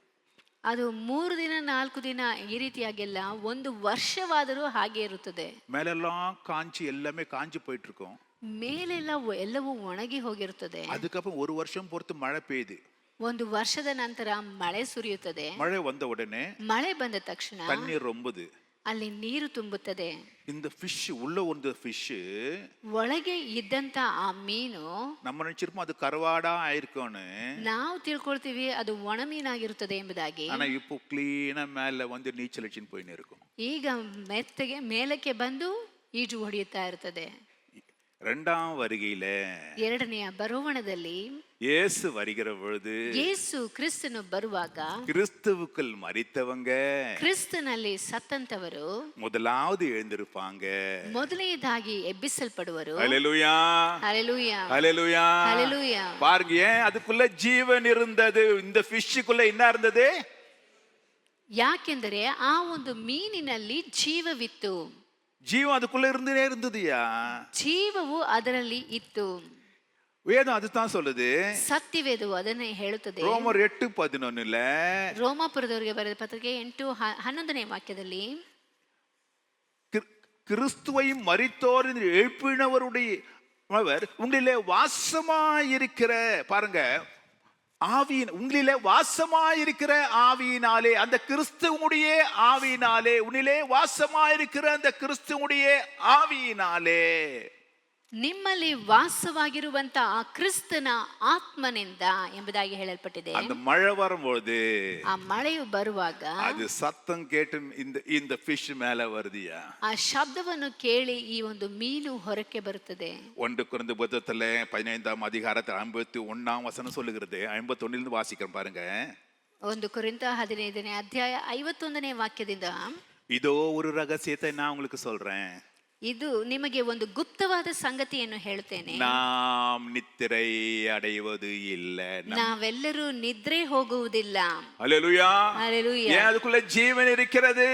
ಯಾಕೆಂದರೆ ಅದರಲ್ಲಿ ಜೀವ ಉಂಟು. ஆகவே கடைசி காலம் தொனிக்கிற பொழுது, ಆದ್ದರಿಂದ ಕಡೆ ತುತ್ತೂರಿಯ ಧ್ವನಿಯಾಗುವಾಗ, அந்த மழையுடைய சத்தம் கேட்கப்பட போகிற பொழுது, ಆ ಒಂದು ಮಳೆಯ ಶಬ್ದವು ಕೇಳಿಸಿಕೊಳ್ಳುವಾಗ, ஒரு நிமிஷத்துல ಒಂದು ಕ್ಷಣದಲ್ಲಿಯೇ எல்லாரும் மறுரூபமாக்கப்படுகின்றோமா?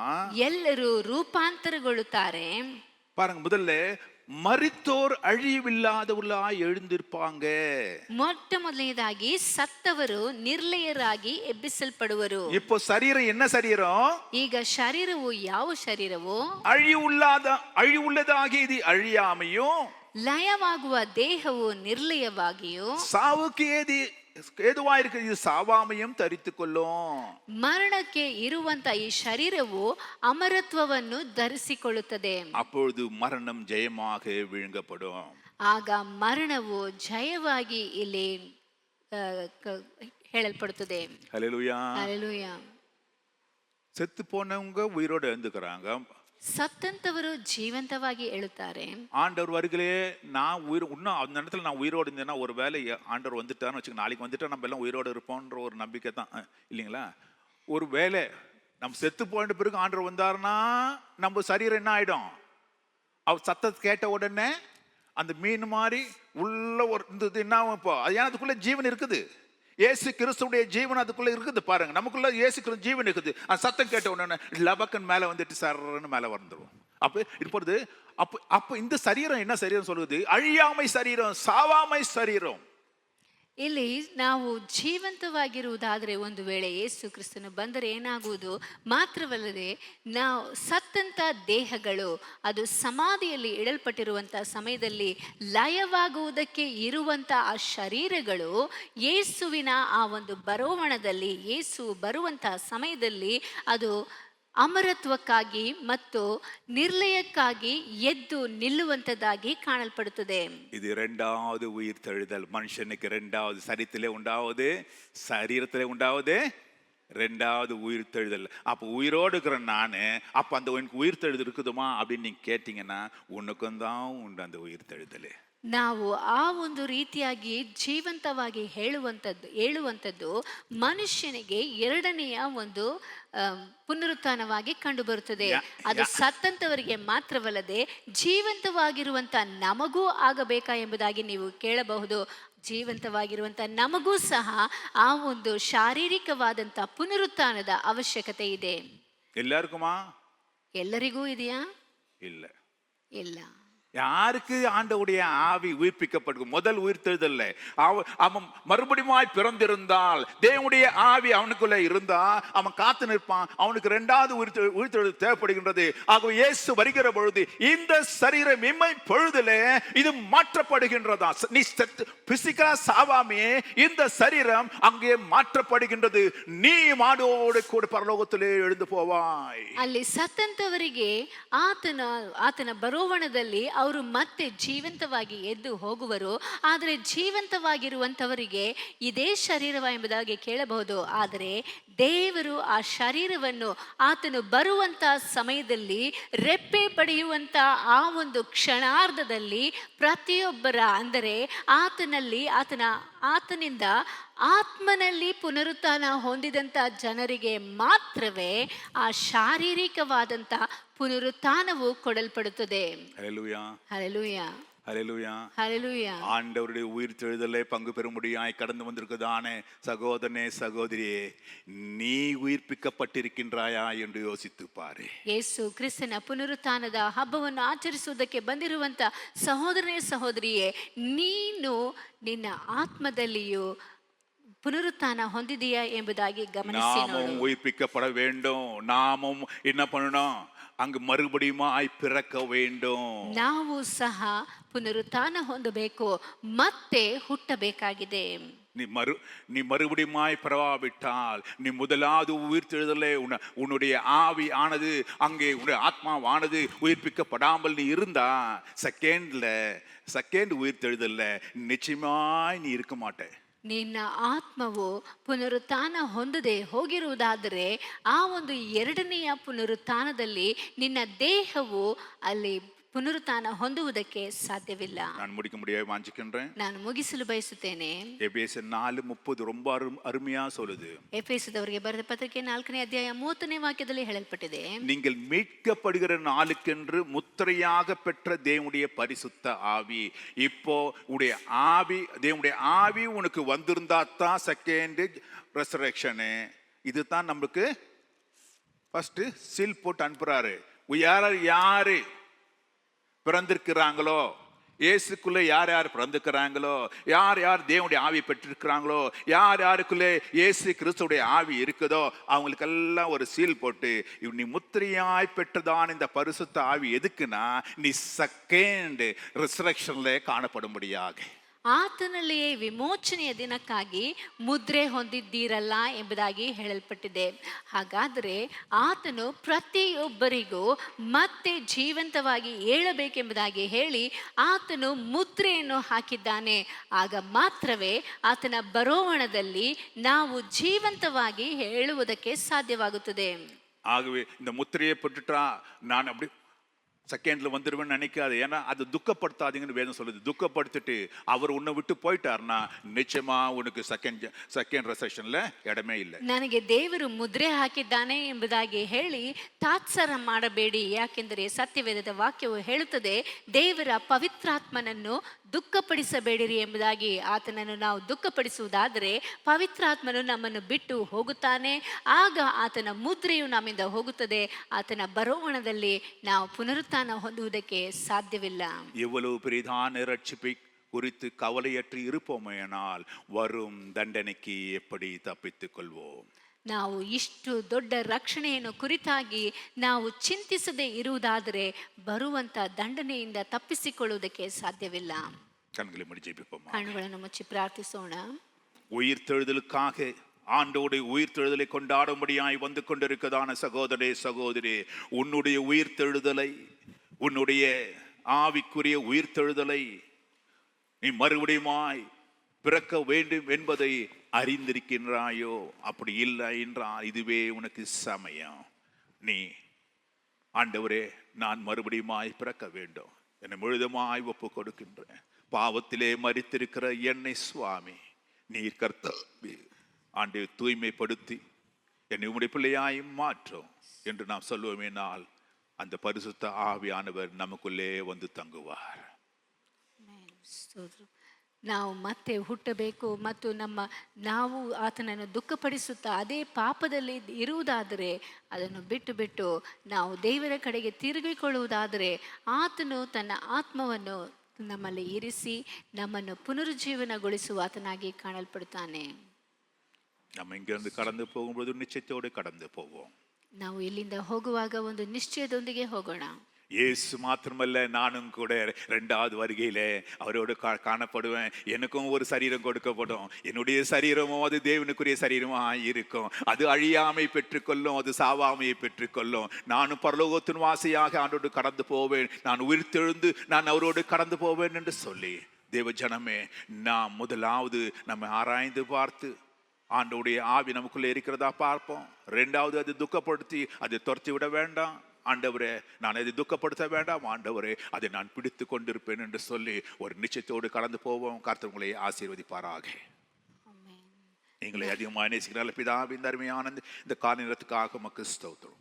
உங்களுடைய உயிர்த்தெழுதலிலே கர்த்தாவே பங்கு பெறும்படியாய் கடந்து வந்திருக்குதான நாங்கள் எங்களை ஆராய்ந்து பார்த்து இந்த உயிர்த்தெழுதல் எங்களுடைய சாவுக்கு அப்புறம் என்று சொல்லி கர்த்தாவை நினைத்து கொண்டிராதபடிக்கு, தேவரே, நான் உயிரோடு கூட இருக்கும்பொழுதே இந்த உயிர்த்தெழுதல் எனக்கு தேவை என்பதை கர்த்தாவே, என்னுடைய பாவம் மன்னிக்கப்பட வேண்டும், நான் உயிர்த்தெழப்பட வேண்டும், இயேசு கிறிஸ்துடைய ஆவி எனக்குள்ளே கடந்து வர வேண்டும், நான் பிறக்க வேண்டும் என்றுதானே அந்த நிச்சயத்தோடு கூட கர்த்தர் ஒவ்வொருவரும் செயல்பட உதவி செய்வீராக. இந்த செய்தியை கேட்டுக்கின்ற ஒவ்வொருவரும் மனதில் நீர் பேசும்படியாய் ஜெபிக்கிறோம். இன்னும் அறியாதபடிக்கு கர்த்தாவே, ஆண்டவரே, ஏதோ உம்முடைய உயிர்த்தெழுதலை கர்த்தர் சந்தோஷப்படும்படியாய் கடந்து வந்திருக்க ஒவ்வொருவரையும் கூட சந்திங்க. ஆம் ராஜா, நாங்கள் கர்த்தாவே உம்முடைய 2வது வருகையிலே உயிர் தெழுந்தவர்களாய் உம்மோடு கூட நாங்கள் காணப்பட வேண்டும்.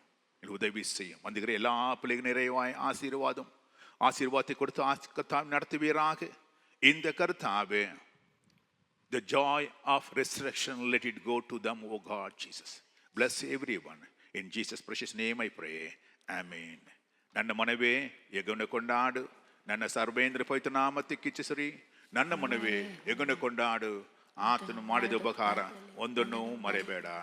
ಆಮೆನ್.